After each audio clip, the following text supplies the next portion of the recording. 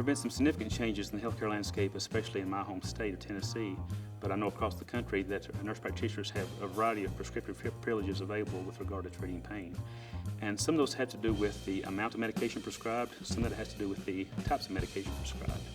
And that changes on a state-by-state basis, and regulations are on a state-by-state basis, so I thought it was important to emphasize to the people in attendance today to know what's going on in their state, to pay attention to what's going on in their state so they can adjust their patient treatment to what they have the ability to do.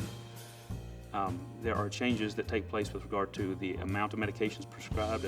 I know recently there have been several changes in the past couple of years in Washington State where prescribers were required to refer to a pain specialist if they were on a certain dose of medication. And that actually dropped the death rate from opiates tremendously in Washington State.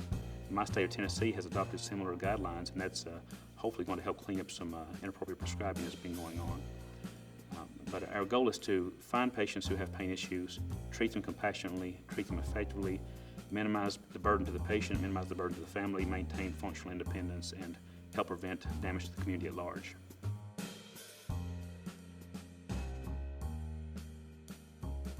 As far as the usefulness of opiate medications in treating chronic pain, I think it's important to remember that they aren't inherently good or inherently bad. They're inherently just not without some risk, but they are tremendous benefits that can accrue to the patients and their families by having the patients have good pain control and minimal toxicities.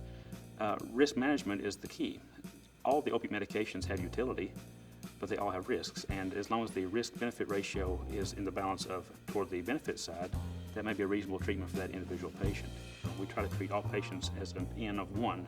This is an experiment with this patient. Because it doesn't matter how well the medication worked for the 10,000 people in the clinical trial, what matters is how well it worked for this one patient. And if this one patient has improvement of function, if they can sleep better at night, if they can stand and walk more easily, if they can sit through a church service or a ball game with a grandkid more easily, then that treatment is successful for that patient and is reasonable to continue. By the same token, if you try 4 or 5 different opiate medications and none of them seem to really improve the person's function, that patient just may not be a great opiate candidate overall.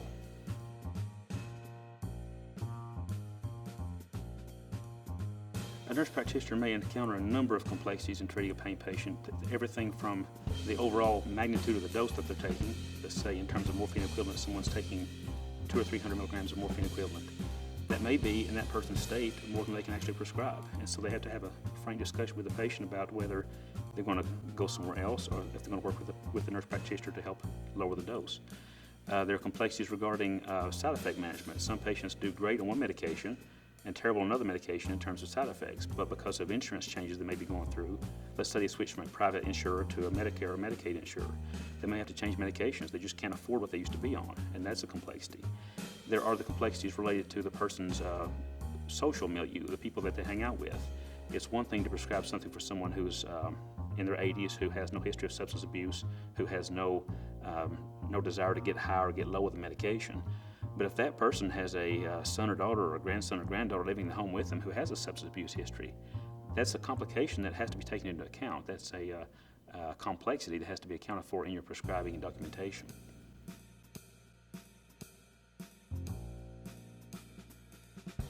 There's been a really handy tool that I've found helpful in dose calculation. That's it's from the Washington State Association of Medical Directors, and it's available online. It's free of charge. It can be put on a smartphone or a laptop and easily accessed and used to calculate opioid doses on the fly. And that's been very helpful to know for new patients coming in just how much they're taking overall, and to see if that's something I can actually handle at my level as a nurse practitioner in my state. There's also something called the GoodRx, which is as far as I know, it's free to everyone. I haven't paid anything for it. So GoodRx website, which is used to calculate the costs of medications, even at different pharmacies, even as things just across the street from each other. In my hometown, there's a couple of pharmacies across the street that I calculated the dose on a morphine dose for a patient, and it was about a 50% cost difference just across the street from each other. And without those sort of tools, the prescriber doesn't really know just how much it's going to have an impact on the patient, because it's only good for the patient if the patient can afford to get it.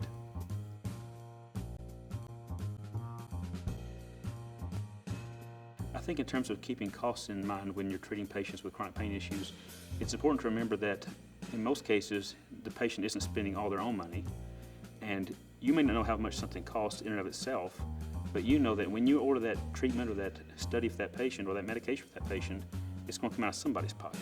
So we all pay taxes in, and we all have then therefore a financial incentive to make sure that things are being done decently and in good order, to make sure that patients are receiving appropriate care, not wasteful care. So by using best practices as far as what we know about the utility medications, some off-label medications may be perfectly useful off-label and be much less expensive than their on-label counterparts. So taking into account things such as the old gabapentins or the tricyclic antidepressants that have been used for many decades for neuropathic pain relief, those can be valuable adjuncts and much less expensive than some other more modern medications. Taking into account that the modern medications were developed because they, in many cases, have tighter side effect profiles, maybe better side effect tolerability. Also, I think it's important to know that overall, even if we could take away half the cost of treatment, pain treatment never will be free, and healthcare in general never will be free. We're not trying to eliminate all cost of all care. I mean, we have to, feed and clothe ourselves also.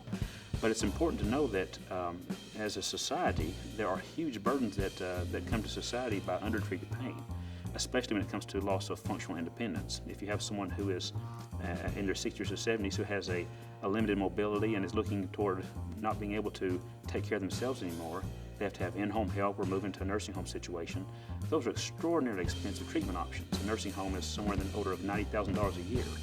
So even if you're looking at a prescription pain medication that may be even $500 a month, that may seem like a lot of money, but that's only $6,000 a year as compared to $90,000 a year for a nursing home. So if you have a treatment that lets a person be functionally independent, you may save a tremendous amount of money for society as a whole.